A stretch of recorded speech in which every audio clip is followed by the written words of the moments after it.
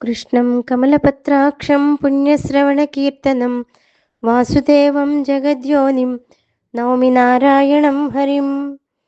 దైవీ సంపద్విమోక్షాయ నిబంధాయ సురీమత మాసు చ సంపదం దైవీమభిజాతోసి పాండవ. దైవీ సంపద మోక్షాన్ని, ఆసురీ సంపద బంధాన్ని కలుగజేస్తుందని భగవానుడు తెలియజేస్తున్నాడు. ఒకటి విడుదల చేస్తుంది, మరొకటి బంధిస్తుంది. కనుక వీటిలో ఏది శ్రేష్టమో, ఏది మంచిదో, ఏది ఆచరించదగినదో విజ్ఞులే తెలుసుకోవాలి. బాధలని, దుఃఖాలని ఎవరూ కోరుకోరు. సంకెళ్లలో బంధించుకోవడానికి ఎవరు ఇష్టపడరు కదా. కనుక ఫలితాలలో ఒకటి మోక్షము, మరొకటి బంధం కలగజేసేది అని చెప్పబడినప్పుడు వివేకం కలిగినటువంటి వాళ్ళు మోక్షప్రదమైన దైవ సంపదనే స్వీకరిస్తారు.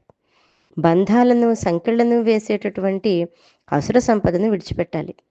ఇప్పటికే ఎన్నో కోట్ల జన్మలు బంధాలలోనూ దాస్య శృంఖాల్లోనూ మ్రగ్గిపోయిన జీవుడు ఇప్పటికైనా విడుదల పొందడానికి ప్రయత్నించాలి.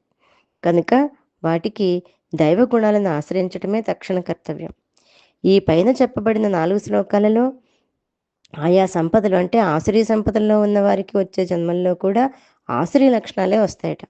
అందుచేతనే గర్భవతులుగా ఉన్న స్త్రీలని నిరంతరము మంచి ఆలోచనలతో దైవధ్యానం వంటి సత్కర్మలను గడపమని పెద్దలు చెప్తూ ఉంటారు.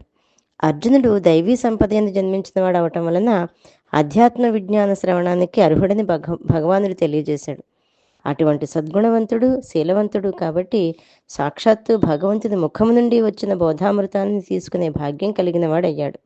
ఈ శ్లోకంలో మా శుచః అంటే ఈ వాక్యం గీత యొక్క సందేశం, అదే గీత యొక్క ఆదేశం. ఓ అర్జున, నువ్వు దైవ సంపద యందు జన్మించావు కనుక దుఃఖించకు అని చెప్పటం వలన దుఃఖరాహిత్యానికి దైవ సంపత్తే కారణము. ఇంకా సచ్చీలము, హృదయం నిర్మలంగా ఉంచుకోవటం అనే కారణమని తెలుస్తుంది.